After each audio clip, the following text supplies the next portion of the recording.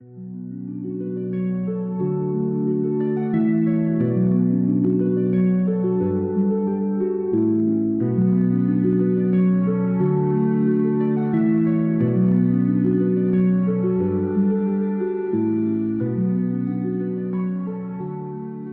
so I want to talk about Fiore's Tutta Porta di Ferro, which means full iron gate. Now, a lot of people, they tend to do the Tutta Porta di Ferro, or Porta di Ferro, with the sword straight out to the side. I believe this is inefficient and incorrect. But that is just due to the fact that a lot of medieval art is not super accurate and not super correct.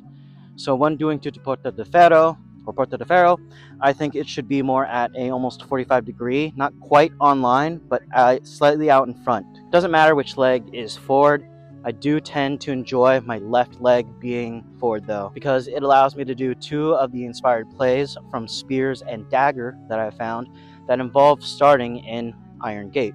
So what it looks like from the side, this is the correct way to do it, whether it is left or right foot forward. I do not believe it should be straight out to the side or even slightly behind.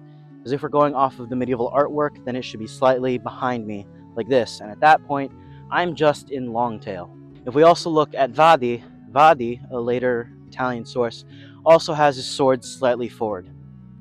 So for the first play, what's going to happen is this is taken from Daggers. And what happens is we start an Iron Gate, and we're going to come up to our crown guard or front guard. This is Posta di Frontale. And then from there, we can drop the point on our opponent. This is similar to just coming up into crown and then striking back at them.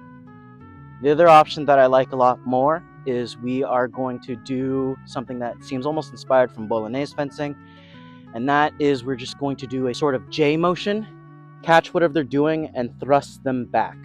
Doesn't matter too much which foot is forward, but that'll allow me to capture that. So here it is from the side. Come to frontale, drop the point, or I come up, catch whatever they're doing, and I'll be able to thrust them. So I'm going to have someone help me out. It doesn't matter what he is doing. The first one I'm going to do is the crown guard, frontale. So he's cutting in. He would be able to hit me, or maybe even just barely my arms. Doesn't really matter. So he would normally be able to hit me. He's going to pull it back just a little for me for a second. So I am starting an Iron Gate. He comes at me, and I'm just going to come up into my front guard. From there, I can step to the side and drop the point on his head. That's what it looks like from that side. Let's spin around so we can see it from the other side. Once again, I'm in Iron Gate. He throws his cut or even a thrust at me. I come up to crown guard. You might almost see this as like a Krumpau in the German tradition, but then it allows me to drop the point straight onto him. So that's what it looks like from there. I'm going to stay on this side for just a second. The other option is a sort of counter thrust. If he comes in with, whether it's a thrust or a cut, doesn't matter. He's going to come in like that. That would be able to hit me. Great, good. I'm instead going to do a sort of sweeping motion so I can catch the blade up, and then I can counter thrust him from here. If he's a good fencer, he's not going to want to take that. And what he's going to do is he's going to push my blade off to the side, which is then going to put me into a hanging guard. And then from there, we are just in the villain strike. So what it looks like from the other side. So once again, he is cutting or thrusting at me. It doesn't really matter. I catch the blade. I'm going to thrust him. Oh no, he takes off to the side. And then I can finish stepping to the side with a villain strike. Because all we're going to do is that hanging parry at the end. Thank you for watching this. This has been a talk about how I think full Iron Gate should actually be done.